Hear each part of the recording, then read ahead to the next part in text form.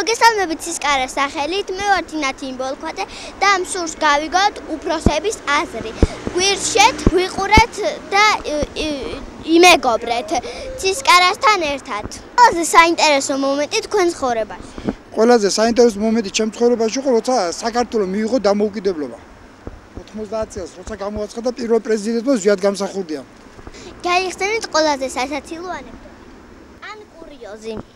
კურიოზი ერთხელ ის იყო, რომ სკოლაში მერვე კლასში ვიყავი და ამ ხანახს მამას ერქვა ლავრენტი და ნიშას ასწორებდა და თურმე კიდე სამხრეთ ამერიკაში ყოფილა მდინარე წმინდა ლავრენტი რქმია.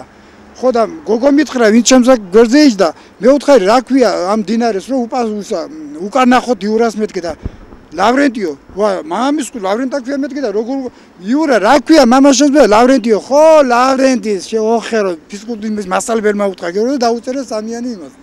რისი ყიდა გინდა საახალწლო? რისი ყიდა მინდა საახალწლო? მე მინდა უფრო აი ყველა გაჭირებულს გქონდეს ინდაური საცივი და თბილი სახლი. აი ეს იქნება ჩემი სიხავი და ეს იქნება ჩემი მოწოდება.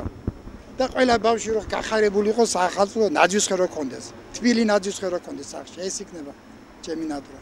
ყველაზე დიდი ოცნება რომელიც გინდა აგისრულო თოვლის ბავშვი.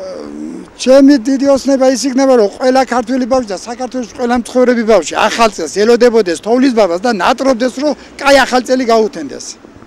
ხშირად უყურებთ თუ არა პეკატივის გადაცემებს? ხანდახანს უყურებ ხოლმე შვილო, ხშირად ნახდათ ვერ უყურებ. უყურეთ ჩვენს გადაცემას საბავშვო სტუდია ცისკარას. კი უყურებ. დიდი მადლობა და ბედნიერ ახალწელს გისურვებთ. მე კიდე ყველა პატარებს, საქართველოში ყველა პატარებს გისურვებთ ახალწელს, მრავალ ახალწელს დასწრებოდეთ, შვილებო და კარგი ადამიანები ყოფილიყავით, კეთილი ადამიანები ყოფილიყავით. და ღმერთი გფარავდეს და ღმერთი გწამდეს ყოველთვის. ეს მინდა ყველას. კარგად იყავით შვილო. თუმცა ბევრი თავს იკავებს ინტერვიუზე, მაგრამ ჩვენი სტუდია ხალხის გვერდითაა. საზოგადოება შემოგვიერთდეს და ერთად ვაკეთოს ეთილი საქმე და ერევნილი საქმე.